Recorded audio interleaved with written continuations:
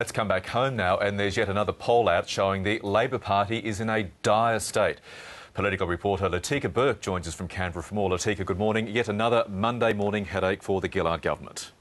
Good morning, Michael. Yes, a pretty diabolical set of numbers by anyone's standards. Labor's primary vote has dropped 7 points to 27% according to the Nielsen poll published by Fairfax Papers.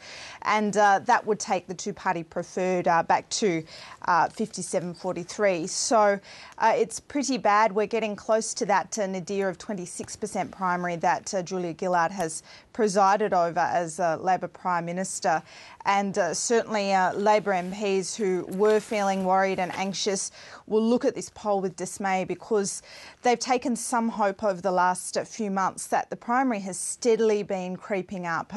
Not dramatically, not glamorously, but very surely but steadily.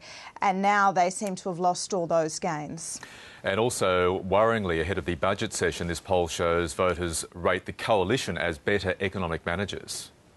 Yes, which may come of some surprise, because there's been a lot of media scrutiny and reports about Tony Abbott's plans to fork out on some rather big spending policies, for example, like his paid parental leave scheme, his commitment to tax cuts, although not saying clearly how he would fund that.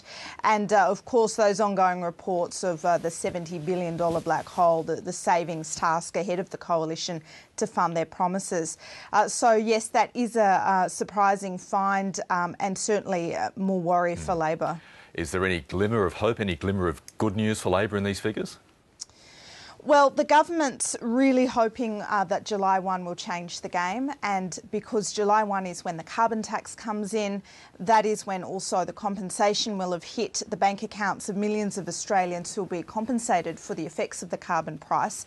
And the Prime Minister on Meet the Press yesterday was saying as much, that come July, the opposition scare campaign, Labor believes, will fall through the ground, and maybe then there'll be a resurrection of Labor's fortunes in the polls.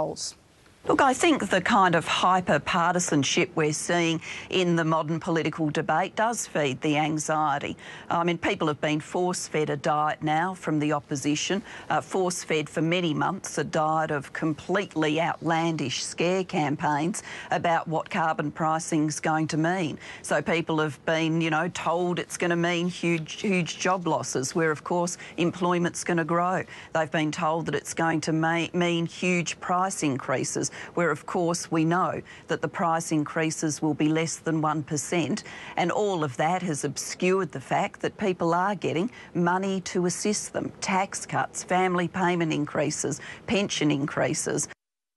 And, Michael, next year the government will be hoping that after 6 months of the mining tax and the carbon tax being in place, they can then fight against Tony Abbott on a rollback theme, because generally the electorate doesn't like the idea of winding back particularly complex tax changes and reforms. OK, Latika Burke in Canberra, thank you. Pleasure.